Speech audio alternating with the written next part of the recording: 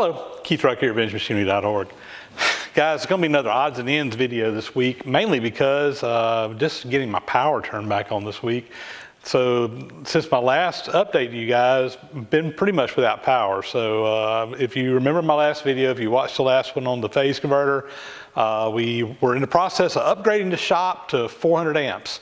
And that required the power company coming out and shutting me off for a little while. I had to do some electrical work, get all that done. Had to get it inspected by the county. Everything, inspections went fine. Called the power company back up, and they were out here pretty quick, but basically it happened over the weekend that I was without power, and the weekends is usually when I'm able to get out in the shop and do most of my work. So good news, bad news. Bad news is no machining content this week because we didn't have no power to turn any machines on, although I've got a stack of projects over here that we really need to be getting going on, and will be getting going on now very soon. Good news is we have the power back on.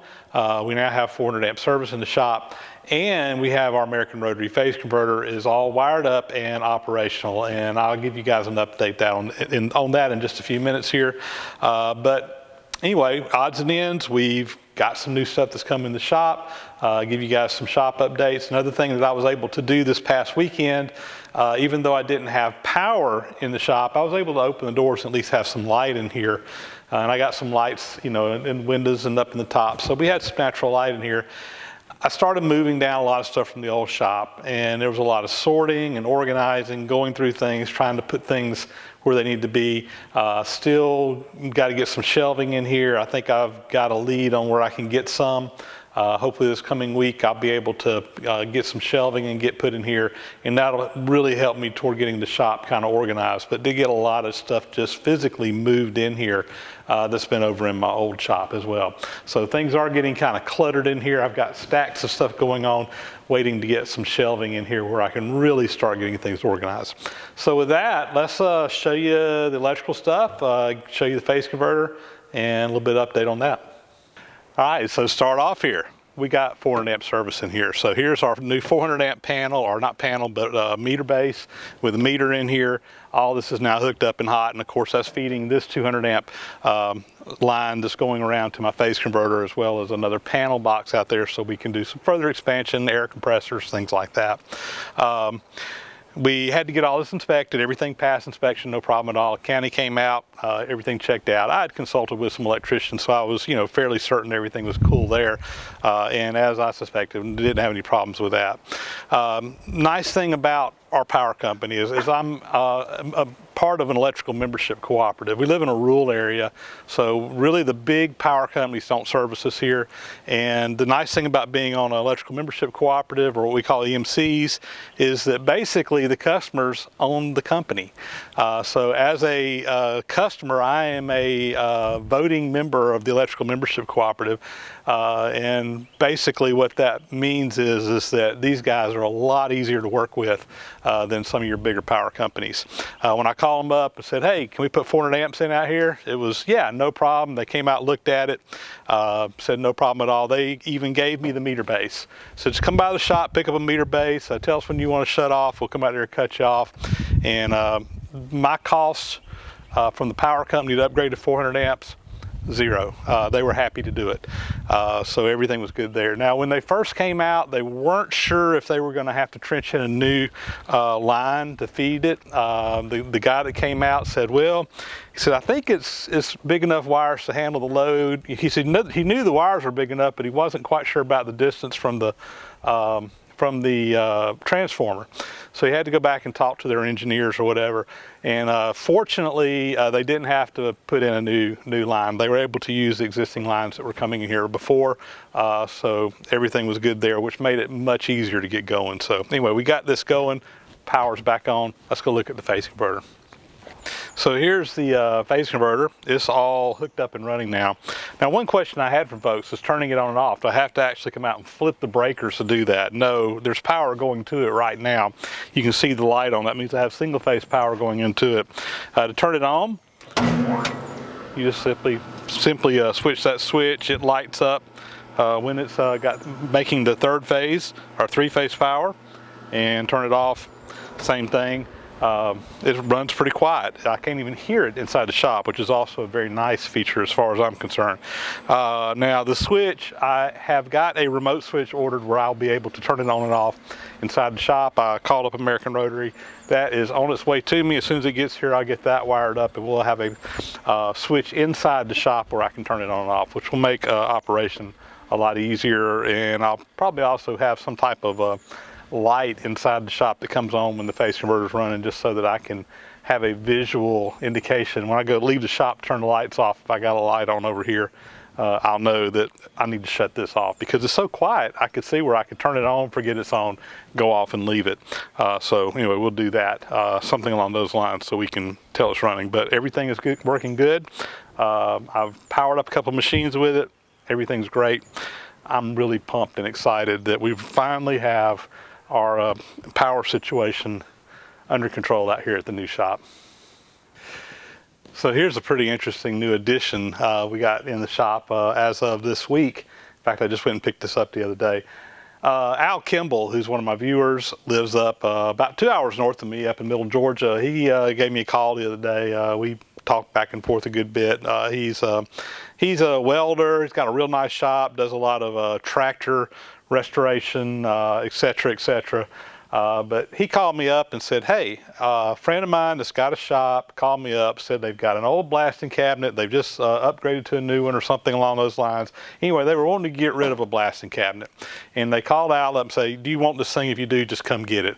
Well, Al already has a blasting cabinet in his shop. He says, I don't need it, but I've got a friend that might want it. So he called me up, and anyway, long story short, I went up and picked this thing up.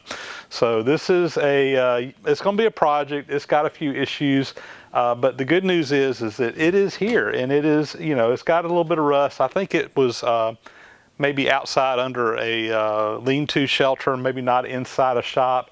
So it's got a little bit of rust on it, but all in all, it's actually in pretty good shape. As far as the physical part of it. Now, it's got some issues down here with the air lines and stuff that were regulators that we're going to have to deal with. I really like this.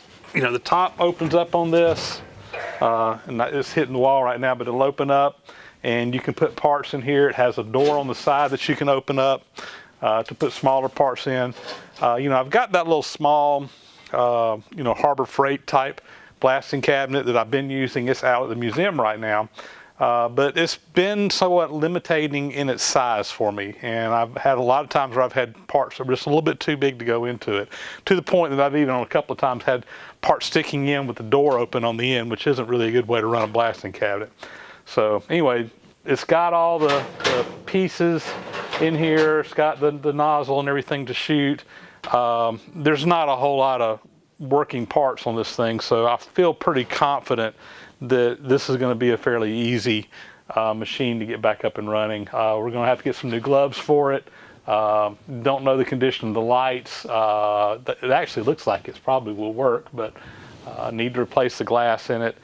And I will probably strip this thing down and give it a new paint job just to make it look nice. This is a fairly easy job to do on this. So anyway, Al, thanks for thinking of me. This is awesome. This will be a big improvement over the one I've got now.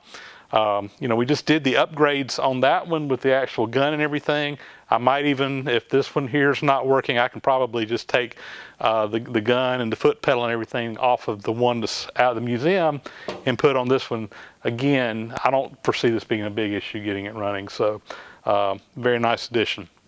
Got to get some air in here first. I've got an air compressor that I got to do some work to get, and I have to get that going first to have enough air to run this. But I've got a big enough air compressor that will end up coming in here that it shouldn't be a problem to power this at all. So anyway, thank you, Al, for thinking of me, and this is great, man. Going to have a nice blasting cabinet in the shop.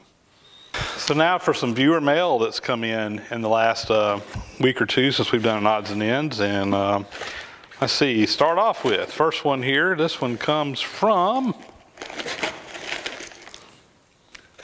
well, I'm not sure who this first one's from because they got a return address on here, but they didn't put their name on the box, and I don't think there was a note in here. I probably got an email somewhere on my computer. I vaguely remember something about this. But anyway, a book. And this one's a little bit different. This one's not an actual machine shop reference book. It appears to be a novel. Trustee from the Tool Room is the name of it. And I remember getting an email, it's been a while now, about this. And basically it's a book about, see, there's a synopsis in here. Well, I don't see any synopsis of the book to tell you about it too much, but it's basically a novel that is based around a gentleman who works in a tool room in a machine shop, I believe, or something like that over in England. I'm not exactly sure of the time frame of it, but anyway, interesting read, I'm sure. So as I'm probably flying out to the Barzy Summer Bash in a couple of weeks. Hey, there's a plug. Stan Zinkowski is going to have a Summer Bash again in June. This will be some good reading material for the long flight from here in the southeast to Los Angeles and back. So right there will probably be some reading for that trip. So anyway, thank you. I'll try to dig up a name to go with this on my email, and hopefully I can give proper credit to who sent that along. Next box here we got comes from Bruce Gratton, and Bruce is another very frequent viewer, commenter, is constantly sending me little emails and messages and what have you. And again, someone that I kind of feel like I've gotten to know a little bit through the YouTube stuff. And he sent me a note. He had some electrical stuff. He saw me doing my electrical work and said, hey, you got a use for any of this stuff? So this first one here is just a three-phase magnetic starter. I'll have to get a screwdriver to open it up to see what size starter is in there. And then this is just a disconnect. And I believe he told me this one was three-phase too. Let's see.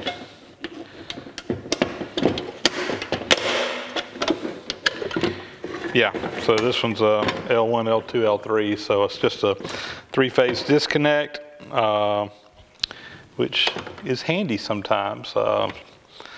I'm sure with the machines going in, you know, this right here, if you wanted to wire a machine directly in without having a plug or something, you know, this might actually, I have to check the amperage on it. 30 amps is what it's rated for. So anyway, we can probably use this as a disconnect from the wall to a machine if we need it. And again, this one here is just a magnetic motor starter. I'll have to see what NEMA size this is. But I'm sure this is something that I'm sure will come in handy, because I can't tell you how many times I've had to round one of these up where I'm restoring a piece of machinery and don't have a motor starter, put a motor on it, and I have to come up with a motor starter somewhere. So both of these will be handy items to have around. So Bruce, thanks a lot for sending these along. And we'll put these in storage for now, but I'm sure at some point that they will get used, particularly this motor starter for sure. So thank you very much.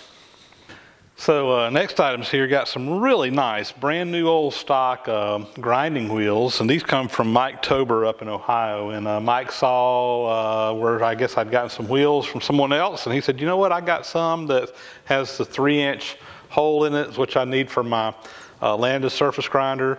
And anyway, he packed me up 4 of these. They all appear to be the same grit and everything, but these are 8-inch.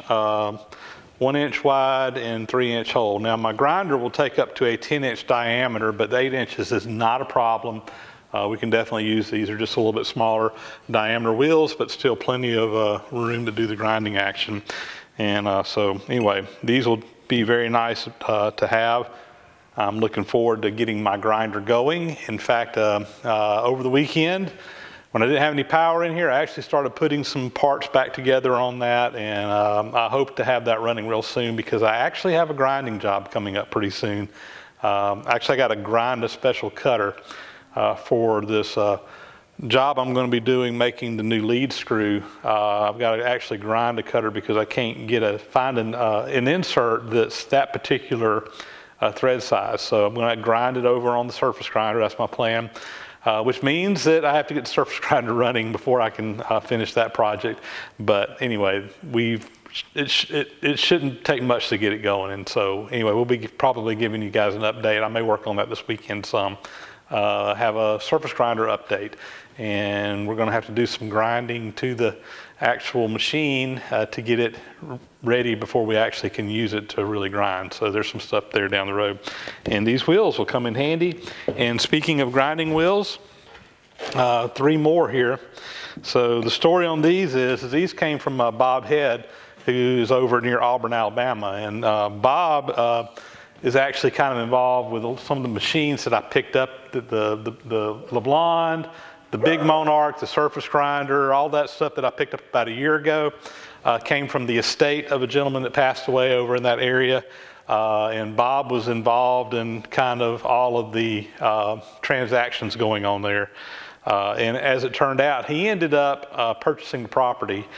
So a lot of the stuff that was left over there is now Bob's. Anyway, when I was over in Alabama on business this past week, I got up with Bob like I usually do while I'm over there, and we rode out to the farm where all the stuff was, and we were just looking through some stuff, and I happened to see a big box over there that was full of grinding wheels. I had not even noticed it when I was out there before, and went through it real quick and found 3 grinding wheels in there that will fit the Landis.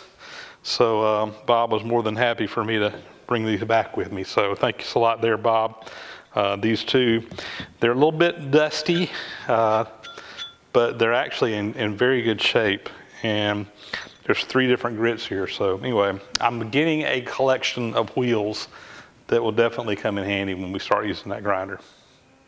So the next item here, I'm pretty excited about. This comes to me from James Long, and this is a spindle square or spindle squaring tool, double indicator tool that you can use on a milling machine to tram your milling machine in to get it running perfectly square with the table. And James had seen my video where we were working on the Wells Index, and it's very timely because I actually haven't squared up the spindle yet from when we had to replace the part in the head. And I'm going to need that mill probably this weekend. So I'm going to shoot a video on using this. But before I do, I just want to acknowledge that, yes, he sent this along, and this is very nice. So this is actually something that he's making and selling. He has a company that he's calling. He lives in Boring, Oregon. And the name of his company is Boring Research, and you can go to his website at boringresearch.com, and he actually has these little spindle squares for sale, where they're basically making them on a CNC milling machine, and they're very nicely made.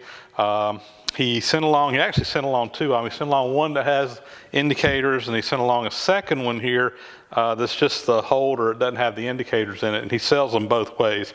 I think that the full set here is about $85. If you would like to buy one, you can go check it out on his site. And like I said, I'll be using this and setting it up. I think what I'm going to do is probably just shoot a dedicated video on this, on tramming up a milling machine head. I've done that before. And what I'm interested in doing is that I've got a little trick that I use where I use a cylinder square to kind of get it going pretty soon. And what I really want to do, and what I've been wanting to do for a long time, is tram it up using my cylinder square and then go use a tool like this and see how close I'm really getting it with that spindle square. But with this right here, you can dial it in and get it exactly trammed in either direction.